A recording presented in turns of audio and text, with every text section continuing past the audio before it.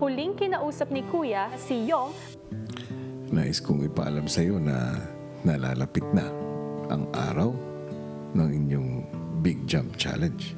Ihanda ko na po siguro yung sarili ko kasi malapit na. Pray na lang po yan.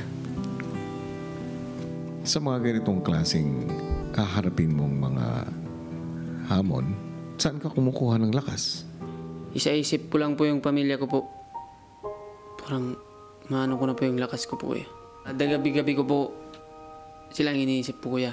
Hanggat nandito pa po ako, paglalaban ko po yung makakaya ko para sa kanila po kuya. Hanggang sa ipinapanood ni Kuya ang CD para kay Yong. Assalamualaikum Yong, ayaw ka masuk sa kamu.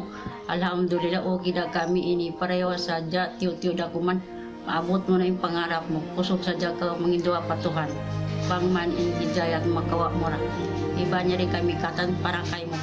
No matter what happen, we always love you Yong. Fight, fight, fight Yong!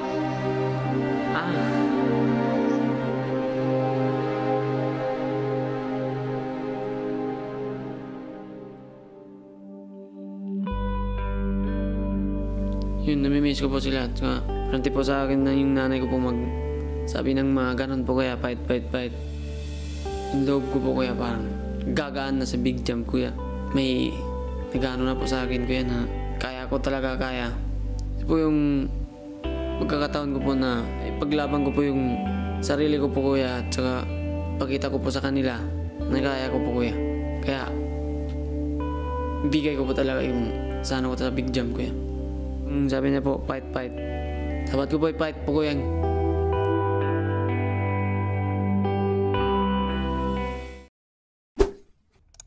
Hi mga kapamilya! Be updated with the Pinoy Big Brother housemates by clicking the subscribe button and watch all the latest videos by clicking the I button above.